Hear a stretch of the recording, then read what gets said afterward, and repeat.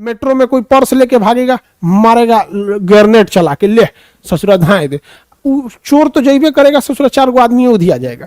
तो लोगों को लगता है कि हमारी बहन की सुरक्षा के लिए उनके अगल बगल में सीआरपीएफ घूमते। नहीं, मेरी बहनियां इतना खतरनाक है कि वो दूसरे को नुकसान ना पहुंचा दे, अतः दूसरे की सुरक्षा के लिए उसको घेर के रखा जाता है। रे पगली,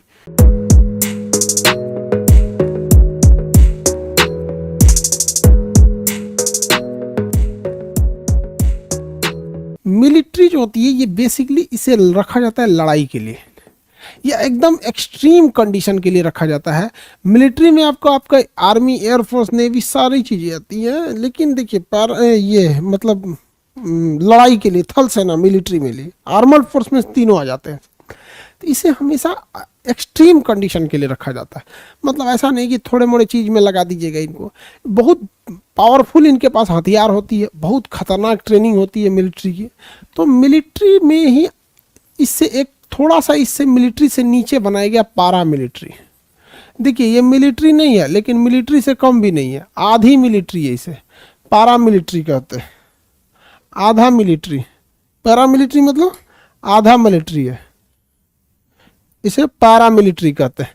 तो पैरा मिलिट्री का भी काम है मिलिट्री की तरह ही है, लेकिन छोटे से कामों का है, बहुत हैवी मारधारी इन लोगों को नहीं करना रहता है। पैरा मिलिट्री कई टाइप की पैरा मिलिट्री है, इनकी अलग अलग टाइप की जिम्मेदारियां दी गई हैं पैरा मिलिट्री फोर्सेस को। जैसे म्यांमार से सुरक्षा, बॉर्डर की सेफ्टी की जिम्मेदारी पूरा म्यांमार बॉर्डर पर किसकी है? असम राइफल की। असम राइफल की ही जिम्मेदारी है पूरे म्यांमार बॉर्डर की क्या करना? सिक्योरिटी देखना। उसी तरह से अगर आप देखेंगे नेपाल बॉर्डर को, तो पूरे नेपाल बॉर्डर को सिक्योर करना, नेपाल बॉर्डर को सिक्योर करने की जिम्मेदारी, पूरे नेपाल बॉर्डर को सिक्योर करने की जिम्मेदारी है सशस्त्र सीमा बल एसएसबी। सशस्त्र सीमा बल एसएसबी पूरे नेपाल बॉर्डर को यही कंट्रोल करके देखता है यहाँ पर। अगर वैसे ही अगर आप चाइना को देखते हैं कि चाइना के पास कंट्रोल करने के लिए, तो चाइना का ये लगने वाला बॉर्डर यहाँ पर, ये जो चाइना जहाँ जहाँ लगता है, जहाँ जहाँ वहाँ ITBP, Indian Tibet border police, ITBP यहाँ पे भी लगेगी आईटीबीपी, और ये भी यहाँ पे भी चाइना लगता है तो यहाँ पे भी आईटीबीपी लगती है, इंडियन तिब्बत बॉर्डर पुलिस। तो देखिए ये मिलिट्री नहीं है, ये पारा मिलिट्री है। ये वहाँ पर ये देखते हैं कोई घुसपैठ तो नहीं कर रहा है। कई बार जानवरों की तस्करी होती है, क्योंकि भारत में गाय बहुत ज़्यादा मात्रा में है, तो कोनो पकड़ के यहाँ पे भैंस, सांड उठा के भेज देता है बांग्लादेश में, नेपाल में, कहीं कहीं हिला देगा। तो ये तस्करी होता है, या फिर मानव तस्करी हो जाता है। देखते हैं कहीं आदमी किडनैप करके वहाँ भेज दिया, नकली नोट आ जाते हैं, फिर या फिर बारूद विस्फोटक आ जाते हैं, चरस, गांजा, ये जितने भी नशीली पदार्थ हैं ये सब बॉर्डर क्रॉस करके आ जाते हैं सब वहाँ से। तो वो सब जो हो गया ये रोकने का काम ये पैरामिलिट्री का होता है। तो चाइना बॉर्डर पे आईटीबीपी, चाइना से जहाँ जहाँ बॉर्डर लगेगा आईटीबीपी, नेपाल से जहाँ जहाँ बॉर्डर लगेगा एसएसबी, भूटान से कुछ नहीं लगता है क्योंकि भूटान की सिक्योरिटी तो हम लोग खुद करते हैं। भूटान की सुरक्षा की जिम्मेदारी हम भारत वालों का खुद ही है। अब आता है बीएसएफ, बॉर्डर सिक्योरिटी फोर्स, सीमा सुरक्षा बल। पाकिस्तान यहाँ पर कौन लगता है? पूरा गुजरात से लेके पूरा ये बॉर्डर पे कौन लगेगा? बीएसएफ लगी रहती है, भयानक पूरा बीएसएफ ही है। बीएसएफ यहाँ से लेके यहाँ तक लगी रहती है, बीएसएफ लगी रहती है यहाँ पर। और यहाँ पर भी बांग्लादेश वाले पे भी क्या लगी रहेगी? बीएसएफ, क्योंकि पहले भी तो ये पूर्वी पाकिस्तान था, हम लोगों ने इसे तोड़ दिया। पाकिस्तानियों को अभी समझ में नहीं आता है कि उनका देश टूट गया, अभी वो कश्मीर चिल्ला रहे हैं। तो ये पैरामिलिट्री फोर्स है। कौन सी है? Paramilitary force. और जितना भी समुंदर का एरिया नीचे है, जितना समुंदर है, ये सारा का सारा समुंदर इंडियन कोस्ट गार्ड के अंडर में। किसके अंडर में? Coast guard, Indian coast guard, ICJ, Indian coast guard.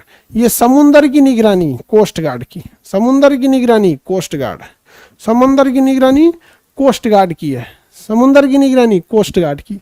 किसी को कोई दिक्कत नहीं ना। अच्छा, देश के अंदर अगर जरूरत पड़ गई, देश के अंदर जैसे आंतरिक स्थिति को संभालना है देश के अंदर, तो उसके लिए लगाई जाती है सीआरपीएफ। कौन क्या लगेगा? CRPF. CRPF central reserve police force. CRPF, CRPF central reserve police force, CRPF को लगाया जाता है। नक्सलियों के खिलाफ सीआरपीएफ को लगा दिया जाता है।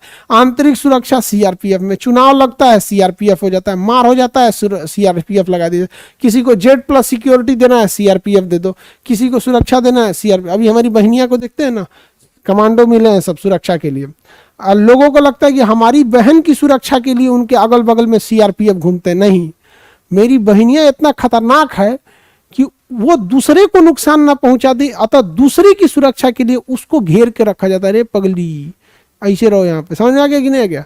किसी को दिक्कत ना तो काट लेगी कोनों को दांते, जिसको दांत काटेगी ना टेटनस हो जाएगा, उसको पागल हो जाएगा, ऐसे ऐसे करने लगेगा। खतरनाक है सब। हमारी बहनिया से सबको डर लगता है, कुछ बोल देती है।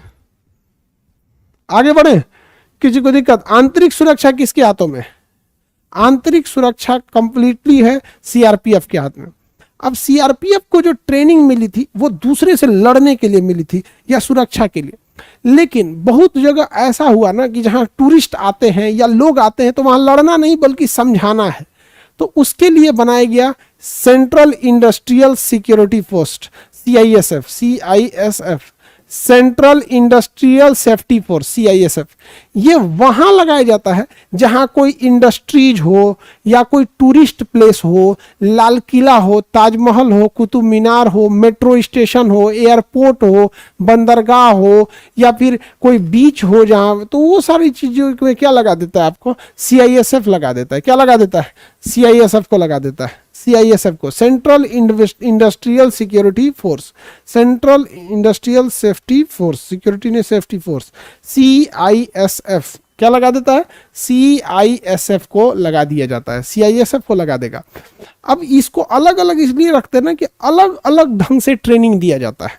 जैसे आप बताइए, जैसे देखिएगा ना, खाना बनाने वाले आते हैं आपके यहाँ, तो कोई सलाद काटने में स्पेशलिस्ट होता है, कोई चिकन बनाने में, कोई मटन बनाने में, क्योंकि उसी हिसाब से ट्रेनिंग होती है। तो हर जगह की ज़रूरत अलग है। इंडस्ट्रीज में अलग ज़रूरत है, वहाँ पे टूरिस्ट भी आएगा, हो सकता है टूरिस्ट के बीच में कोई छोटा मोटा गुंडा भी घुस जाए, तो उनको जो हथियार देना है ना, मीडियम या नॉर्मल हथियार देना है। जैसे सीआईएसएफ के जवान को इन्हें कि उठा के लॉन्चर दे दे, मेट्रो में कोई पर्स लेके भागेगा, मारेगा ग्रेनेड चला के, ले ससुरा धाए दे, चोर तो जैबे करेगा, ससुरा 4 गो आदमी उधी आ जाएगा।